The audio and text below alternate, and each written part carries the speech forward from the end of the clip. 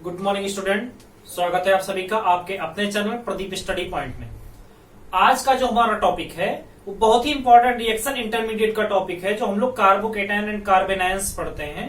तो उसमें हमारा पहला टॉपिक जो होगा आज का है वो हमारा कार्बोकेटायन होने वाला है। ठीक है, तो सबसे पहले हम इसके बेसिक कॉन्सेप्ट को जरूर जानेंगे कि जो इसका ओरिजिन होता है, कार्बोकेटायंस जो होते हैं, कार्बेनायंस होते हैं, फ्री रेडिकल्स होते हैं, ये सब चीजें कहां से जनरेट होती हैं।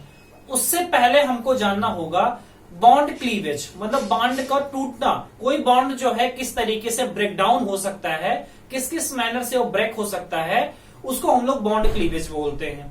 अब अगर हम बॉन्ड क्लीवेज के टाइप की बात करें तो हमारा बॉन्ड क्लीवेज जो होता है वो दो टाइप का होता है। पहला हमारा होता है होमोलिटिक बॉन्ड क्लीवेज और दूसरा होता है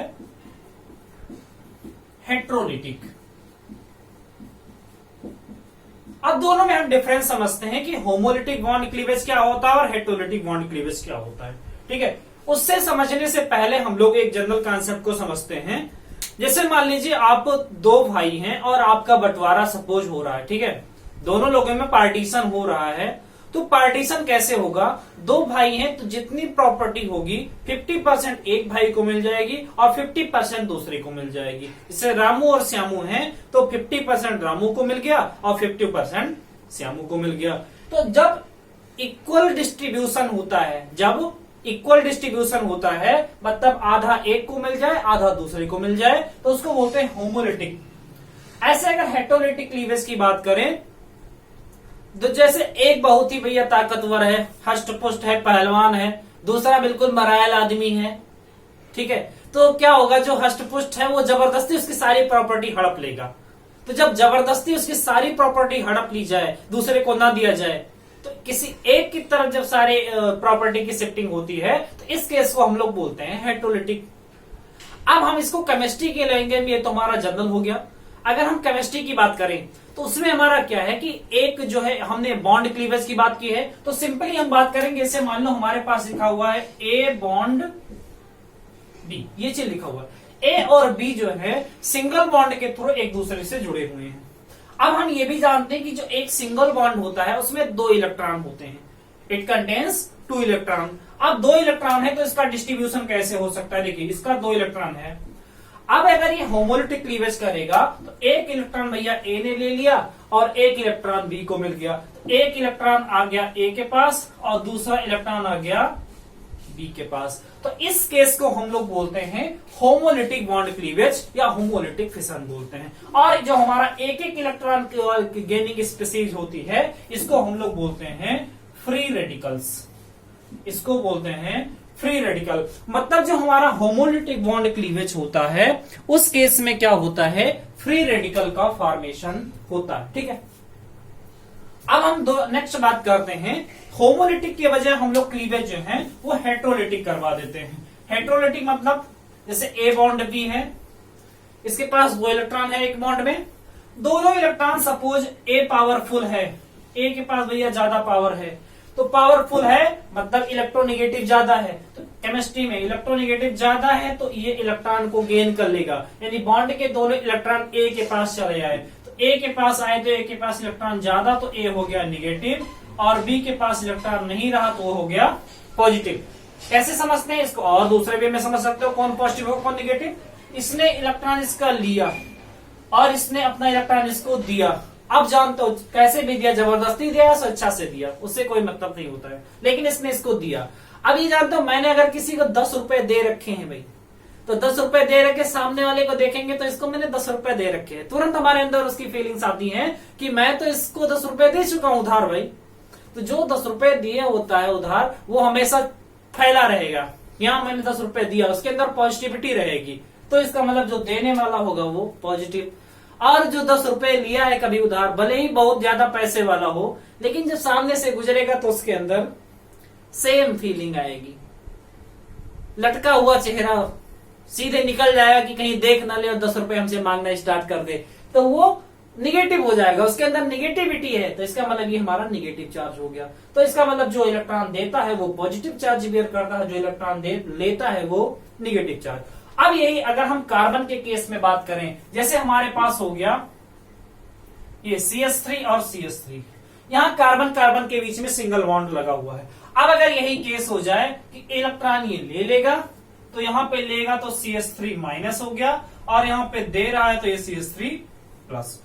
इसका मतलब जब कार्बन पे पॉजिटिव हो गया, एक कार्बन पे निगेटिव, तो जब कार्बन पे पॉजिटिव होता है तब उसको हम लोग बोलते हैं कार्बोकैटायन,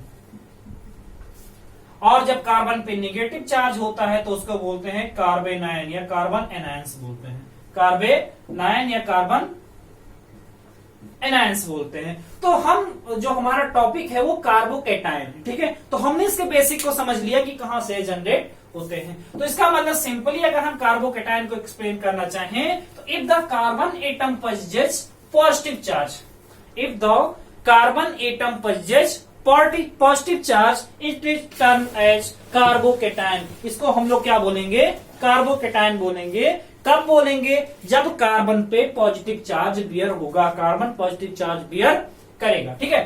जैसे हमने इसमें कर दिया CH, यहां भी H और यहां पर भी H, और इस पे हो गया पॉजिटिव चार्ज, कार्बन पे पॉजिटिव चार्ज हो गया, ये हो गया हमारा कार्बोकैटायन, ठीक है। अब अगर हम इसमें हाइब्रिडाइजेशन की बात करें तो हम सिग्मा बॉन्ड कैलकुलेट करते हैं तो हाइब्रिड ऑर्बिटल मिलते हैं, तो 1 2 3, तो हमारे पास हाइब्रिड ऑर्बिटल 3 है। इसका मतलब हाइब्रिडाइजेशन जो है हमारा sp2 हो जाएगा। और हम जानते हैं कि जिसमें हाइब्रिडाइजेशन sp2 होता है उसकी ज्योमेट्री होती है ट्राइगोनल प्लेनर। इसका मतलब क्या हुआ कि all the carbocations are sp2 hybridized having trigonal planar geometry, मतलब इसकी ज्योमेट्री जो होती है वो ट्राइगोनल प्लेनर होती है। कैसे, देखो जो sp3 होता है वो टेट्राहेड्रल होता है, लेकिन जब यहीं से एक बॉन्ड जो निकल जाता है हमारा, तो ये हमारा कुछ ऐसे हो गया, कुछ ऐसा केस हमारे पास जनरेट होता है, ठीक है। अब हम जानते हैं कि ये हमारा जो ज्योमेट्री है ये हो गया ट्राइगोनल प्लेनर ज्योमेट्री। जैसे यहां पे हम लोग देखते हैं ट्राइगोनल प्लेनर ज्योमेट्री बनी हुई है, ऐसे हमारा ट्राइगोनल प्लेनर ज्योमेट्री बन जाती है।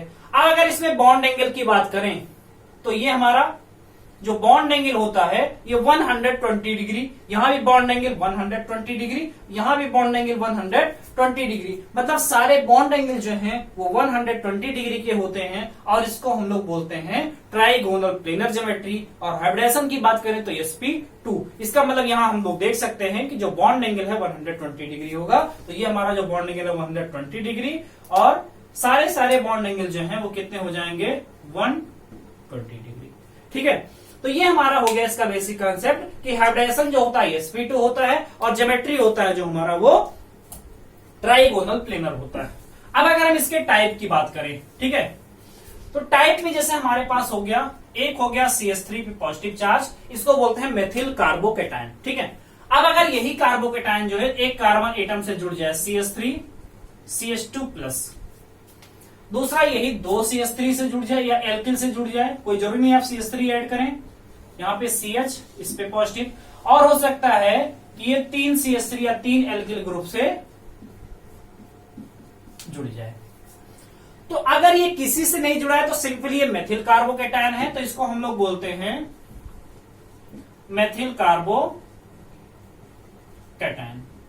जब हमारा कार्बन जो पॉजिटिव चार्ज बेयर करता है वो किसी एक कार्बन एटम से जुड़ा होता है तो उसको हम लोग बोलते हैं प्राइमरी, उसको बोलते हैं प्राइमरी, और सिंपली इसको लिखते हैं 1 डिग्री कार्बोकैटायन, ठीक है।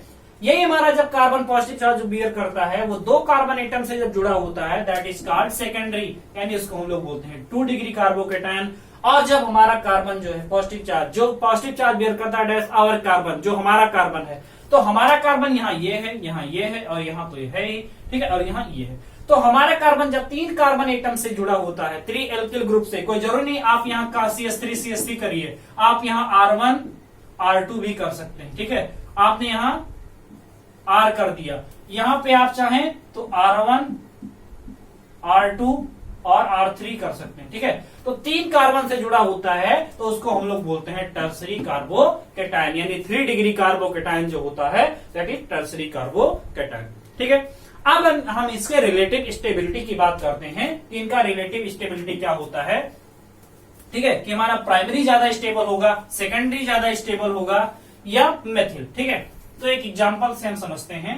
हमारे पास हो गया CH3 प्लस, दूसरा हमारे पास CH3 CH2 प्लस, तीसरा हो गया CH3 CH3 CH plus secondary carbocation, और ये हमारा हो गया टर्सरी कार्बोकेटायन। अब हम जानते हैं कि जो कार्बन एटम है ये इलेक्ट्रॉन डिफिशिएंट सेंटर है।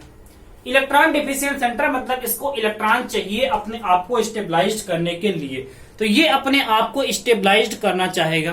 तो कैसे स्टेबलाइज करेगा भाई? जो पॉजिटिव चार्ज है उसके पास इलेक्ट्रॉन की कमी है, तो ऑब्वियसली वो इलेक्ट्रॉन गेन करके अपनी क्या करेगा, अपनी जो अनस्टेबिलिटी है यानी स्टेबिलिटी को गेन करना चाहेगा।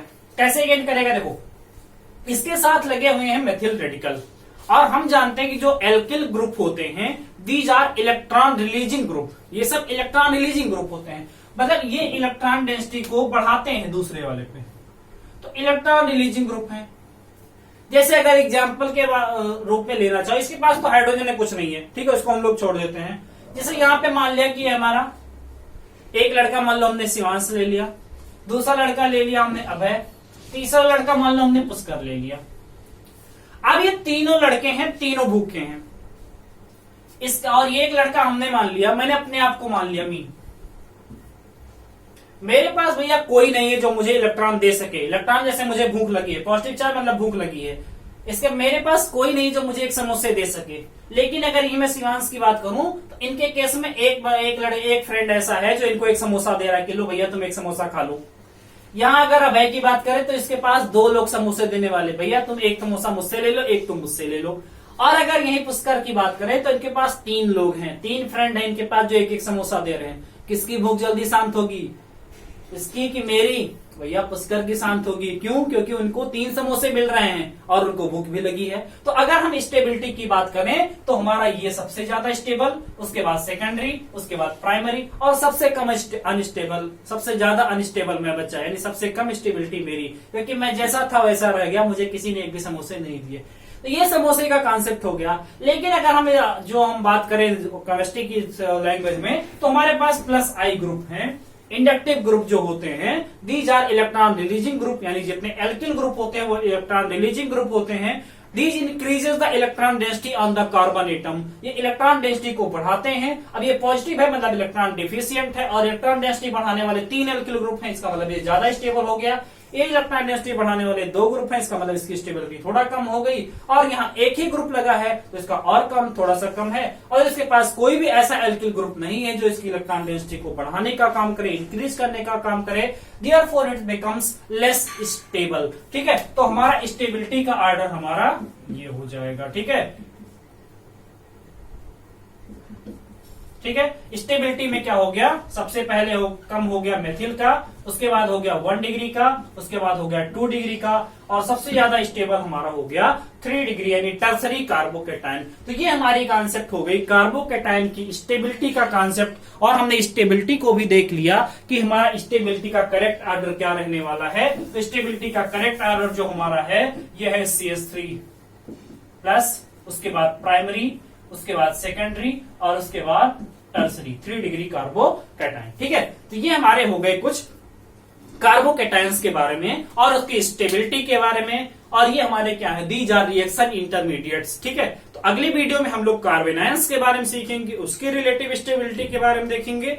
ठीक है, तो भाई जिन्होंने चैनल पे पहली बार विजिट किया प्लीज चैनल को सब्सक्राइब करें, बेल आइकन जरूर प्रेस करें जिससे आने वाले वीडियोस के नोटिफिकेशन आप तक पहुंचते रहें। हम लोग मिलते हैं नेक्स्ट वीडियो में, तब तक के लिए नमस्कार।